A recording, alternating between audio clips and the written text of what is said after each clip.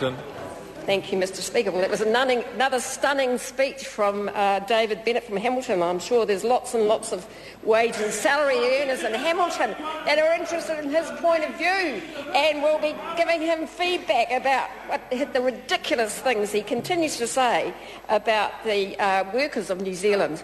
Now, as we've made clear, we strongly oppose this Employment Relations Act Amendment Bill number 2. It takes us backwards, Mr Speaker. This bill takes us backwards.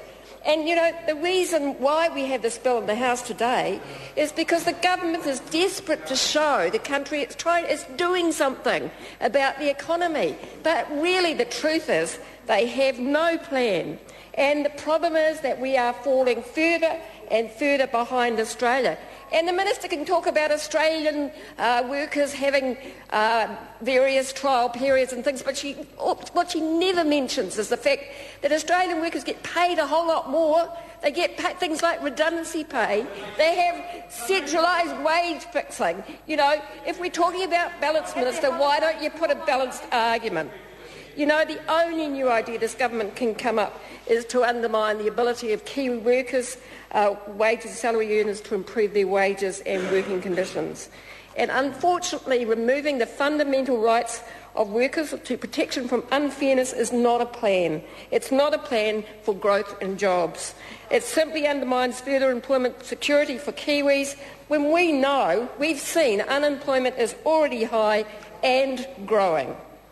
Mr Speaker, I really had hoped that we'd moved on to a point in our country where New Zealand's workforce, the Kiwi wage and salary earners, those that we rely on to do the work, to produce the goods and services, to help make businesses successful, could at last take a breather from being blamed, from being targeted and hung out to dry by the National Party.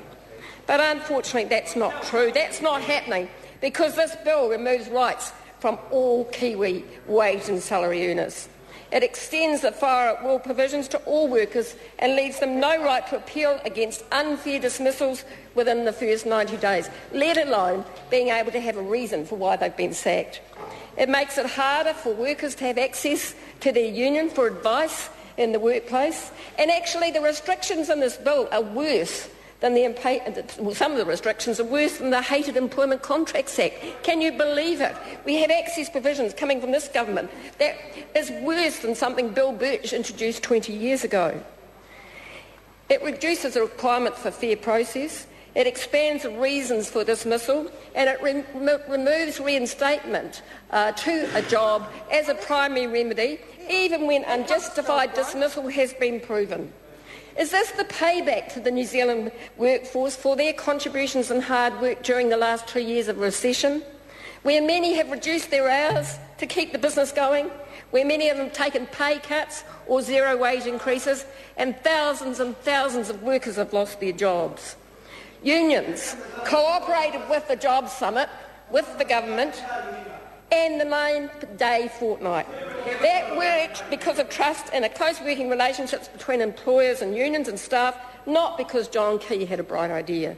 But this is typical National, and may I say ACT. When they don't have a plan, they turn their guns on wage and salary earners. And this bill sends a message to New Zealand's wage and salary earners that this government thinks workers are skivers, they're untrustworthy, and they should be punished. What's more, it paints unions as adversaries and outsiders by making access hard and getting in the way of good faith bargaining by being able to bypass union representatives in communications. Now, the problem is, I think, Mr Speaker, is National has this very old-fashioned view about workers, people who work for others for a living. They should be grateful to have a job. They should be on their knees and grateful to have a job. Well, yes, workers get paid for their time, but they don't own the company. They don't have any direct or meaningful stake or say in its profits. At an individual level, what a worker does in a company seldom has any measurable impact on whether the company succeeds or not. This is about management. And what this bill does is put the blame and consequences of poor management failure onto the economic livelihoods of New Zealand workers. It encourages sloppy management practices. It allows and encourages employers to substitute dismissal for good supervision and training for new workers. This bill is the big stick. It's giving employers a powerful tool by making it easier for them to sack the 700,000 workers who change jobs every year. It's a low-trust approach, and that's why this takes us backwards.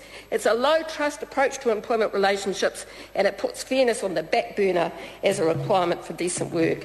Now, Mr Garrett has been yelling out about one of the CTU cases that's come forward, and I have no idea why he thinks that young woman is a party member. She happened to go on the grassroots Labour. Well, the Minister doesn't know that. Has she checked our party records? How would she do that? But yesterday, I just want to talk about a hairdresser. I'm about to tell you about another one, and I'm happy to go on all day if you will give me another one, and I will go. If the member would like to move leave for me to talk for the rest of the day, I will give him numerous cases. Yesterday, the Minister talked about a hairdresser, and who she said was a bit rough, got taken on, grateful to have a job, and how it's all, it's all turned out lovely, and, it's all sweetness and light now. Now, I just want to tell the story of another hairdresser that I talked to yesterday. She got a job as a stylist via the internet. And it's funny about the internet, actually, because what are we seeing on the internet? We're seeing jobs, we're seeing Trade Me jobs where it says the 90-day bill will apply. I thought it was voluntary, not compulsory. But anyway, going back to this stylist, 2 days after she started work, she was called in and given an individual agreement with a trial period in it and asked to sign it. A few weeks later, before the 90 days was up, she was called to work and fired. No reason given, no notice, no support. Now, let me tell you about this woman. She is 58. She was delighted to have a job. She's been struggling to find a job for a long time. She's never been sacked in her life, and this has hit her like a bombshell. Her confidence has gone down the gurgler. Now, this is just one of many stories that I've been hearing, that we've been hearing. The CTU helpline has been inundated with calls from parents concerned about their children. So, Mr Speaker, as I said, we are totally opposed to the extension of the 90-day trial period. The Minister's own evaluation showed that there is widespread abuse of the 90-day trial period. 1 in 5 workers were sacked. And that was a very unbalanced report. 3,500 odd employers were asked, and just 13 workers got to give their point of view. Yet the Prime Minister paraded it at the National Party conference as a sign of the success. Very, very unbalanced report. As I said before, I'm confused about this 90-day trial period in the current law, let alone what it might mean in the future law, because I can't understand whether it's voluntary, and if it's voluntary, what's voluntary? Does it mean that what's voluntary is the worker doesn't actually have to accept the job with a 90-day trial period? It seems to me the only thing that's voluntary about this is the employer getting to decide whether he will voluntarily have a trial period or not. There is no choice for many workers, If they want a job, they are simply going to have to accept this. Now, I just wanted to spend a couple of minutes on access. There's so many things in this bill. I could talk all day, as I said, but I know you won't let me, Mr Chair. So the problem with the access provisions in this bill is, first of all, there's no demand for change, and that's been referred to today. No one asked for this. No one wants it. There's no problem. Her own officials have told her that.